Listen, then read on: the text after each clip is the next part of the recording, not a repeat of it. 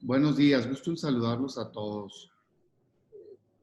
Es vergonzosa la decisión que tomó ayer 6 ministros y ministras de la Suprema Corte de Justicia de la Nación. Es vergonzoso para el país que el máximo tribunal del Poder Judicial, el máximo tribunal de justicia del país, se haya doblegado y subordinado a la presión política del presidente de la República. Es vergonzoso que hayan pasado por alto las reglas que tenemos en esta Constitución y, como dijo bien la barra de abogados, preferido la popularidad sobre la constitucionalidad. Fue vergonzoso escuchar a ministros y ministras dar piruetas y maromas para buscar justificar una argumentación que no tenía ningún sentido y que claramente iba contra la ley. Un estudiante de primer semestre de Derecho claramente podía identificar que la consulta que estaba impulsando el presidente López Obrador era violatoria de la Constitución, y qué tristeza que el Tribunal Constitucional haya decidido caer ante la manipulación política que está llevando a cabo el presidente López Obrador. La Corte ha perdido toda autonomía, ha perdido toda independencia y claramente ha decidido entrar al juego político electoral del presidente López Obrador. Lamentamos profundamente esa decisión que le va a hacer mucho mal a México. Decir claramente, en el Partido de Acción Nacional no somos defensores de oficio de nadie, pero la justicia no se consulta, se aplica. Si alguien tiene un delito, el Ministerio Público tiene la obligación legal de perseguirlo.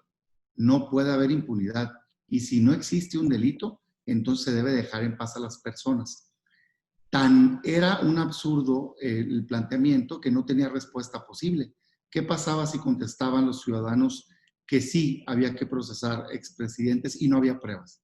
Iban a meter a la cárcel por aclamación a los personajes estos. Y al revés, ¿qué pasa si contesta la gente que no? Y sí hay pruebas. Entonces se iba a cometer el delito desde el gobierno de no investigar. Es un absurdo. Tan lo es que tuvieron que corregir la pregunta, pero con toda claridad les digo que la pregunta que resultó es ridícula y absurda. Ni siquiera se entiende y además no hay una claridad de qué es lo que persigue. Dice que si se esclarecen decisiones políticas de actores políticos. Eso quiere decir que podemos estar hablando de Santana, seguramente podemos estar hablando de, pues hace décadas, de decisiones políticas. Pues díganme por favor qué es eso. Y además el resultado es completamente inservible para este país, porque claramente, y hoy el ministro presidente tratando de justificar su actuación lo está diciendo, pues no obliga a la Fiscalía General.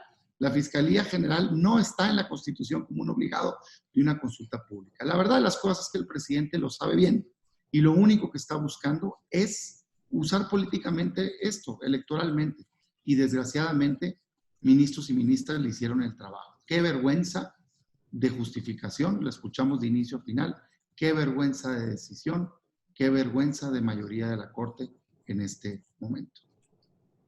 Y por cierto, nuestro reconocimiento a los ministros y ministras que defendieron la Constitución.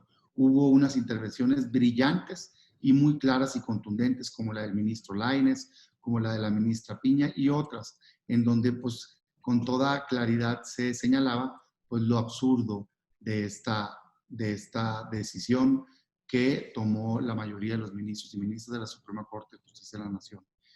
Van a tener que vivir con este legado de esta decisión tan vergonzosa, pero lo lamentable es que México va a tener que vivir con el precedente que establecieron en la Suprema Corte de Justicia de la Nación.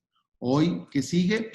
Sigue pues, el procedimiento legislativo, que si gustan ahorita podemos detallar, y por supuesto la Constitución establece que esa consulta se tiene que llevar a cabo el primer domingo de agosto, aunque pues con esta Corte pues ya no sabemos ni qué esperar, porque claramente el presidente va a tratar de impugnar ello. Yo espero que no le den un ataque más a la democracia de este país.